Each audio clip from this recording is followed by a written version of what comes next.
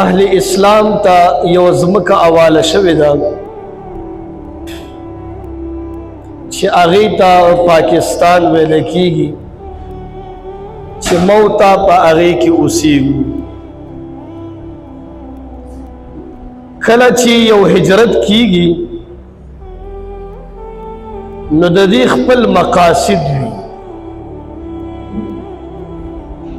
د مقصد سره د یو شي خطوب او بدتوب معلومیږي. بذات خود یو ځمکه دا ښه او بد نشي کېدلی چې تر کومه پورې استعمال او مقصد یې ښه وي نو ښه به وي دا ځمکه، او که مقصد خراب وي نو دا ځمکه به بیا خراب ګرځي. لکه نبی علیہ الصلوۃ والسلام فرمایي احب البلاد الى الله مساجدها، الله ته خوښ ځایونه دا مسجدونه دي. وابغض البلاد الى الله اسواقها، الله ته ناخوښ ځایونه دا بازارونه دي. وجه څه ده؟ ځکه د بازار استعمال غلط دی. بازار ځمکه او د جومات ځمکه یوه ځمکه ده، خو د جومات د ځمکې مقصد او استعمال ښایسته دی، او د بازار د ځمکې مقصد او استعمال خراب دی. ځکه نبی علیہ الصلوۃ والسلام فرمایي جومات ټولو نه بهترین ځای دی او بازار ټولو نه بدترین ځای. لکه یو جومات سره راواخلي دې نه ګرجه جوړه کړي، خدا ناخواسته اوس د دې جومات ټوکړه وده دې نه ګرجه جوړه شوه، د ده تعظیم به ته کې نه، ولې استعمال غلط شو. نو عزیزانو چې کله هجرت کېږي او ملک ازادېږي د هغې خپل مقاصد وي، خپل مقصد وي.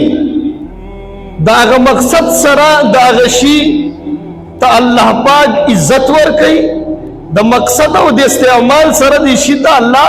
بېعزتي هم ورکوي. لکه نبی علیہ الصلوۃ والسلام په مکه کې و. نبی علیہ الصلوۃ والسلام مدینې منورې ته چې تلو را مخکې څه و؟ یثرب و. روایاتو کې راځي چې مدینه منوره ته به یثرب ځکه ویل چې د ټولو بیمارو جړه به وه، د ټولې دنیا بیمارۍ دا په چرته و؟ دا په یثرب کې و. خو چې کله نبی علیہ الصلوۃ والسلام لاړو استعمال دا غزي ټیکو شو. نبی علیہ الصلوۃ والسلام خپل شرعي مقاصد یوړه، مقصد دا یوړو چې لا اله الا الله محمد رسول الله. نبی علیہ الصلوۃ والسلام مدینه منورې ته لاړو د یو مقصد لپاره چې د الله پاک نوم اوچت شي. هغه یثرب نه الله مدینه منوره جوړه کړه. تاسو په دې خبره پوهېږئ؟ کله چې یو ځمکه ازادېږي د دې خپل مقاصد وي، د دې خپل مقصد وي. هغه مقصد چې کله ختم شي هغه ځای بېعزته شي، او چې مقصد او استعمال ټیک وي هغه ځای عزت زیات. نبی علیہ الصلوۃ والسلام چې هجرت کولو صرف دې لپاره ان اقیم الدین، چې د دین قیام وشي، دین مضبوط شي. دا پاکستان چې آزاد شوی دی خلکو هجرت کړی دی دې دپاره کړی ان اقیم الدین چې دین مضبوط شي.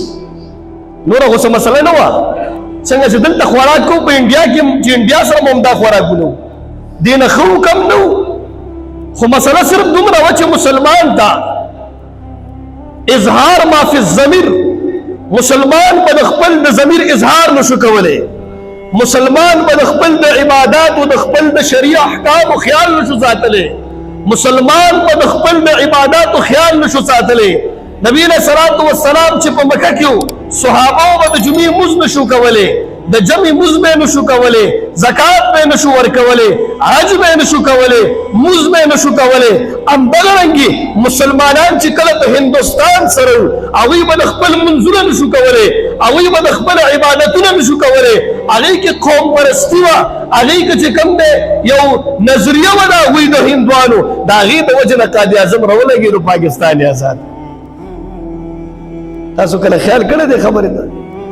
موږ خو په دې وخت کې ډمامې کوو، موږ د ازادۍ په مقصد پوهېږو نه. کوڅو کې به ګورې ګانې به لګېدلي او مختلف قسم حالات روان دي. دوی ته دا پته نشته چې د ازادۍ څه مقصد. نبی علیہ الصلوۃ والسلام چې کله هجرت کولو مدینه منورې ته یو صحابي هغه هجرت کولو خو هغه ته د مدینه منورې نه یو خط راغی د خزي وای کته مدینه ته راشي زما تا سره واده کوم هجرت نبی علیہ السلام کو هجرت ټول صحابه کو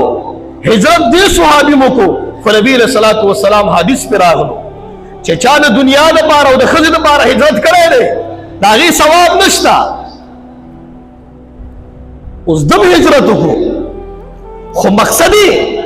ټیک نو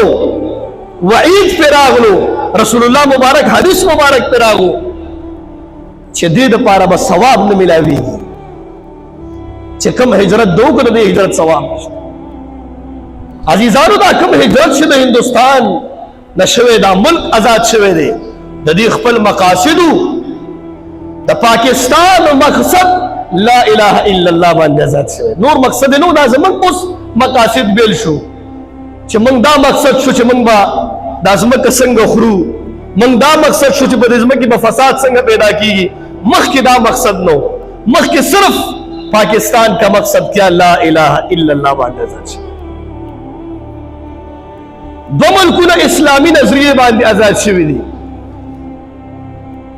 یو مدینه منوره یو پاکستان آزاد شوی خو د بدبختی خبره ده چې موږ خپل هغه مقاصد ایر دي نو ځکه الله ورځ په ورځ ذلت زمونږ په قسمت کې لیکلي په قرآن کې الله فرمایي واذكروا اذ انتم قليل مستضعفون في الارض صحابه ته نبی علیہ السلام ته تاسو یاد کې هغه وخت مستضعفون في الارض چې پسمکه کې تاسو ډېر کمزوري وي مکه مکرمه کې صحابه ډېر کمزوري تخافون ان يتخطفكم الناس تاسو یریدئ چې اوس به موږ خلک وشلې رالربم کی فآواکم ما تاسو لزید درکړ وأيدكم بنصره او ما تاسو مدد وکړ لعلکم تشکرون ورزقکم من الطیبات لعلکم تشکرون پاک رزق می درکړ د پاره د دې چې تاسو شکر ادا کړئ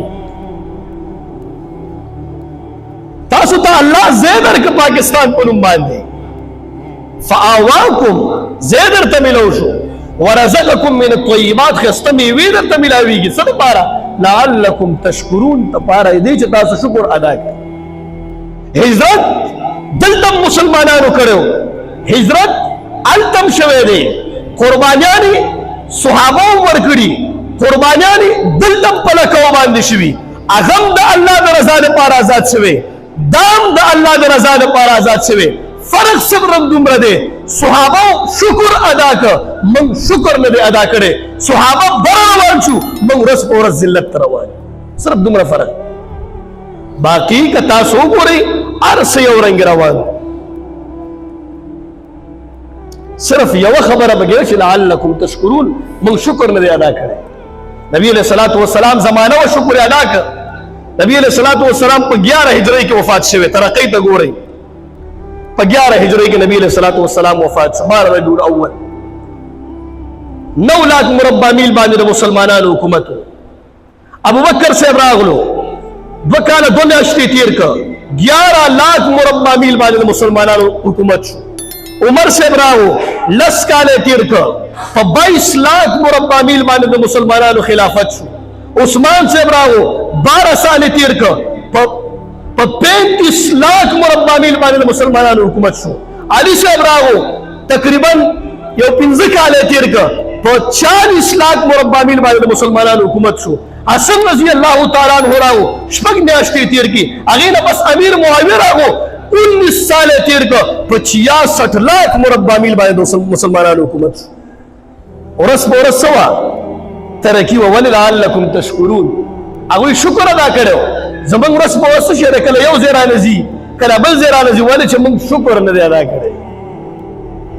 کله چې یو ملک ازاديږي تا ته د ازادۍ نعمت ملاويږي نو ته په هغه باندې شکر وباسي الله به تبر روان د مسلمانانو تاریخ تاسو وګورئ نبی علیہ الصلوۃ والسلام منزله په مکه کې صحیح نشو کولای عبادت په صحیح نشو کېدل ولې چې غلامۍ ژوندۍ خو ډېره سخته ژوندۍ نبی علیہ الصلوۃ والسلام چې مدینه منورې ته لاړ ازادي ورته ملو شو موږ چې د هلته نه را ازادي میلاو شوه اوس د ازادۍ په مقصد باندې زموږ مسلمانان نه پوهېږي دا یاد ساتئ په دې کې ډېر لوی قربانیانې شوي دي موتا خو ګډېږو موتا خو په بونګي وخو موتا ګانې لګولي زموږ ستا ډر ښځې ګډېږي دا ازادي داسې نه وه شوې که موږ په هغه وخت کې وکېدی شي موږ چې کوم دی پوځ مکه هم نه ونیولی موږ چېرته د ازادۍ نه خبر په دې کې څومره قربانیانې شوي دي علماو څومره قربانیانې ورکړي 1600 عیسوي کې انګریزان راغله هندوستان ته 1600 عیسوي وه څه دپاره کاروبار دپاره راغله د کاروبار په نیت راغلل خو بیا یې څه وکړه د انګریزانو د دوی دا کار دی چې دوی پیله کوم ملک ته راځي حمله نه کوي پیله هلته تجارت دپاره راځي چې کله د خپل خپې مضبوطي کي بیا په تا باندې حمله کوي 1600 عیسوي کې چې کله دوی راغله انګریزان په هندوستان باندې د حملې په نیت نه راغلي وایي تاسو له موږ کاروبار راوړی ټول ورته ویلکم وکړه وایي راځئ جي لږ موده تېره شوه چې دوی حکومت ته لاس واچو 100 کالو نه برابره هندوستان کې حکومت د انګریزانو شوی دی هغه وخت کې چې کله ظلمونه چالو شو شاه عبدالعزیز او شاه اسماعیل رحمت الله علیه هغوی فتوا ورکړه چې د انګریزو خلاف جهاد دی وشي خو په هغوی باندې بیا څنګه ظلمونه کیږي تاریخ کتابونو لیکلي دي صرف په دې یو فتوی باندې چې دوی دا فتوا ولې ورکړه چې د انګریز خلاف د جهاد وکړی شي اسمبلی کې به مسلمان نه و صرف انډین به او انګریز به په اسمبلی کې و مسلمان سړی به نه پرېښوستو کاروباري سطح د مسلمانانو ختمه شوه داسې پستی په مسلمانانو باندې راغی شاه عبدالعزیز رحمت الله علیه فتوا ورکړه چې دوی سره جهاد پکار تاسو تاریخ وګورئ 50,000 علما د چاندني چوک نه واله تر خیبره پورې داسې ونه نه وه چې هغې کې د عالم سر نه و پروت دا ازادي داسې نه ده میلاو شوې چې دا څنګه موږ مناوو دې باندې شکرانې مونځ پکار دی بیا چې کله 1947 کېدلو په دې کې تاسو وګورئ د علماو او د عوامو خدمت وګورئ د دهلي نه چې کله ټرین راتلو کتابونو لیکلي دي 6,00,000 کسان په ټرین کې د دوی سرونه پراته سرونه یې کټ کړي صرف دې لپاره چې وایي تاسو بیا ملک غواړئ راشي چې دله ملک درکړو سرونه به ورته کټ کړي 10,000 ښځې داسې وي 10,000 ښځې چې هغه د خپل د عزت د بچ کولو دپاره په اوبو کې دنګلي دي ولې چې هغوی راتله دوی به د دوی بېعزتي کوله هغوی اوبو ته دنګلي چې زموږ دا عزت بچ 3,00,000 قرآن مجیدونه دا دوی د دې بې حرمتي کړې ده